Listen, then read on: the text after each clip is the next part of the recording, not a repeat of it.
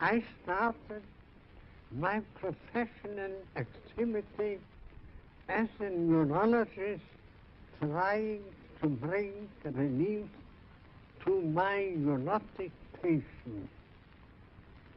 Under the influence of an older friend and by my own efforts, I discovered some important new facts about the unconscious in psychic life, the role of instinctual urges, and so on. Out of these findings grew a new science, psychoanalysis, a part of psychology, and a new method of treatment of the neurosis.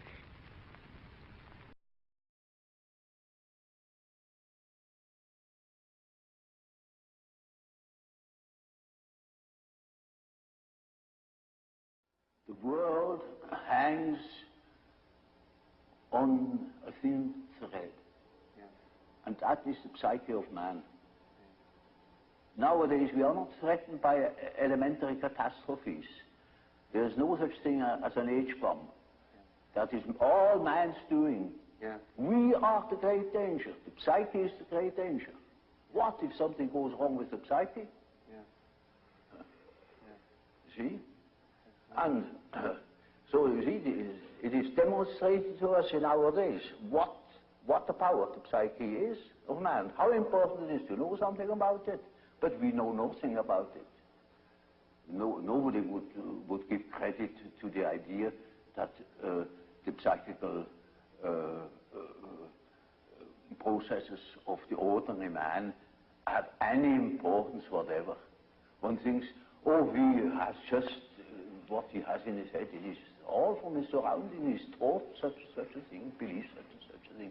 And particularly if he's well housed and well fed, then he has no ideas at all. And that's the great mistake. Because he is just that as which he is born, and he is not born as tabula rasa, but as a reality. Yes.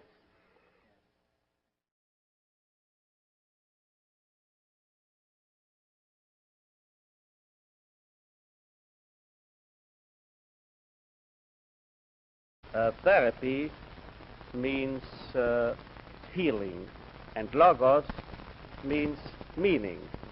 Thus, logotherapy is really healing through meaning, although this, of course, is an oversimplification.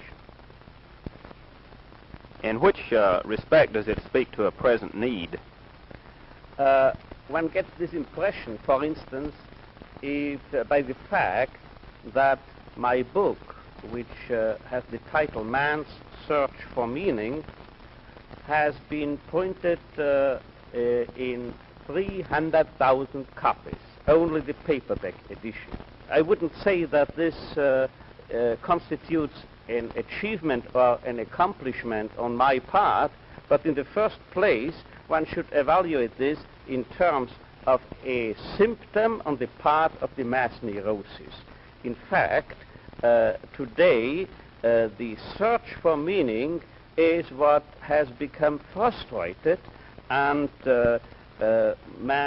people, our patients, complain that they cannot see any longer a meaning or purpose in their lives, and this feeling of meaninglessness, of emptiness, and of a vacuum, an inner void, is what induces them to come to psychiatry.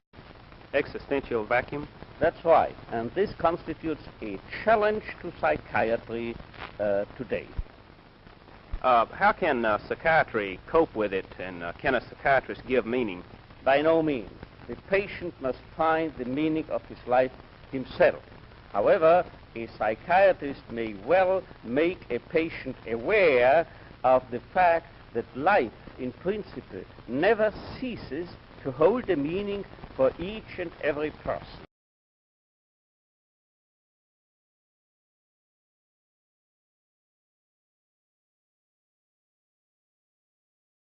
From my own years of therapeutic experience, I've come to feel that if I can create the proper climate, the proper relationship, the proper conditions, a process of therapeutic movement will almost inevitably occur in my client.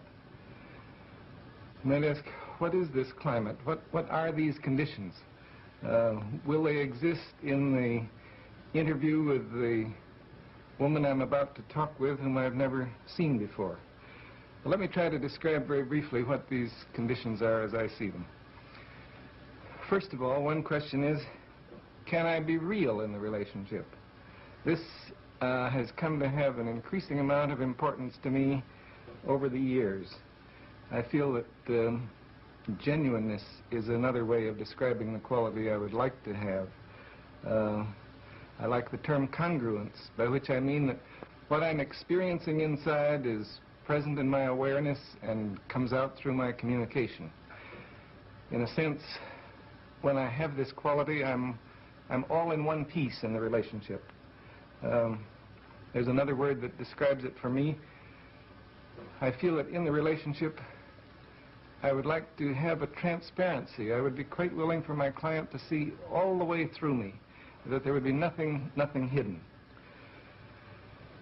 And when I'm real in this fashion that I'm trying to describe, then I know that my own feelings will often bubble up into awareness and be expressed, but be expressed in ways that won't impose themselves on my client. Then the second question I would have is, will I find myself prizing this person, caring for this person? I certainly don't want to pretend a caring that I don't feel. In fact, if I dislike my client persistently, I feel it's better that I should express it. But I know that the process of therapy is much more likely to occur, and constructive change is much more likely, if I feel a real spontaneous prizing of this individual with whom I'm working.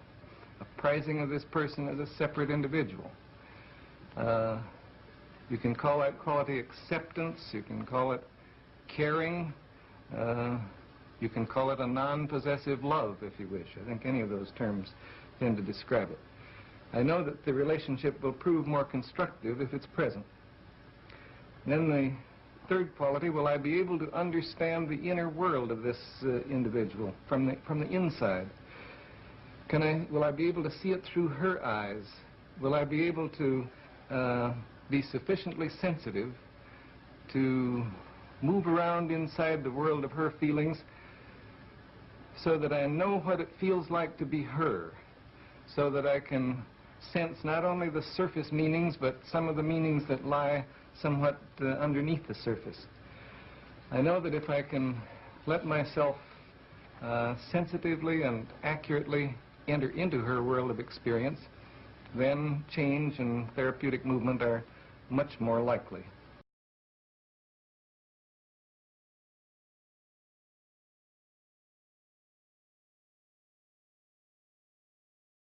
Now, I think anxiety is associated with creativity.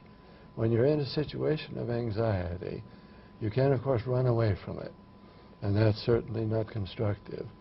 Or you can take a few pills to get you over it, or cocaine, or whatever else you may take. You could meditate. Well, you could meditate, but I think none of those things, including meditation, which I happen to believe in, but none of those paths lead you to creative activity. What anxiety means is it's as though the world is knocking at your door, and you need to create, you need to make something, you need to do something. And I think anxiety thus is, for people who have found their own heart and their own souls, for them it is a stimulus toward creativity, toward courage. It's what makes us human beings. Psychotherapy is facing a very profound crisis. I think the teaching of the fathers, Freud and Jung and Rank and Adler, has been in this crisis almost completely lost. And the problem is that psychotherapy becomes more and more a system of gimmicks. People have special ways of doing their own therapy. They learn which particular buttons to push. They're taught various techniques by which they can so they think at least cure this isolated symptom or that. Now that wasn't the purpose at all of Freud and Jung and the rest of the really great men who began our field. Their purpose was to make the unconscious conscious. And there's a great deal of difference between that. Now the gimmick approach leads to a general boredom. And the reason there are so many new systems of psychotherapy that spring up, every time you turn around there's a new system. 300 or 400 now that exists of this kind of therapy, that kind. The reason that this happens is that people are simply bored. As a therapist are bored. And they have to find some new gimmick in order to make it amusing, at least to them. Now they're bored because they deal with the minor problems of life. They patch a person up and send him out again. I don't regard that as real therapy at all.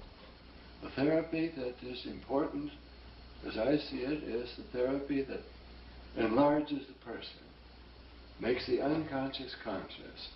It enlarges our view, it enlarges our experience, makes us more sensitive, it enlarges our intellectual capacities as well as other capacities.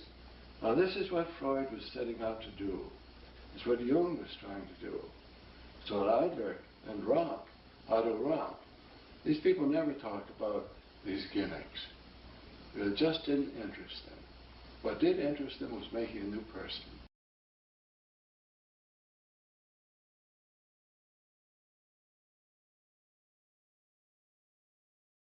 Parole difficili, è la scoperta in modo scientifico, razionale, della ontologia dell'uomo. In concreto, se io per esempio devo capire una persona o curarla,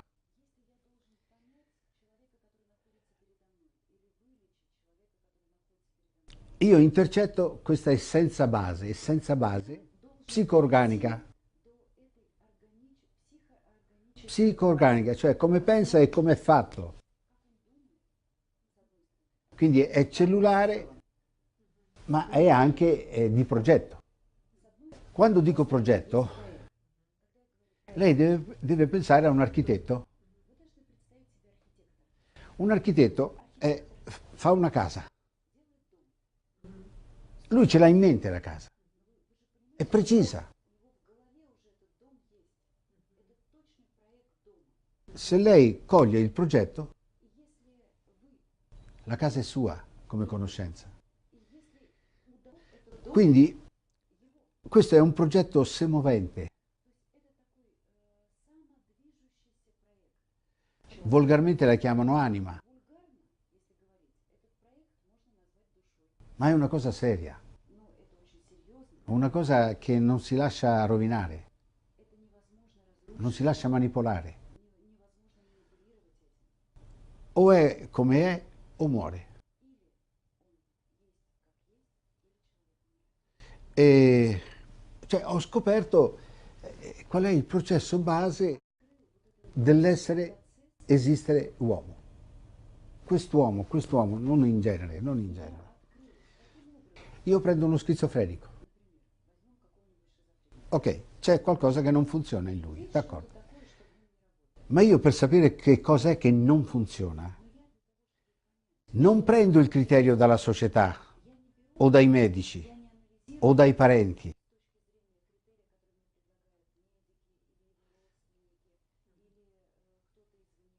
Con questa ontopsicologia io rilevo immediatamente il progetto cardine, il progetto essenziale,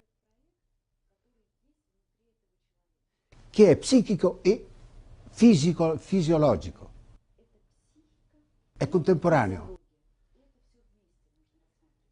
Vedo come è fatto il suo progetto e poi correggo lui, il malato, piano piano, per riportarlo alla sua identità di natura. Identità di natura. Io ho scoperto un progetto totale dell'essere umano, di quell'essere umano. Perché in lei c'è un progetto, in lei ce n'è un altro.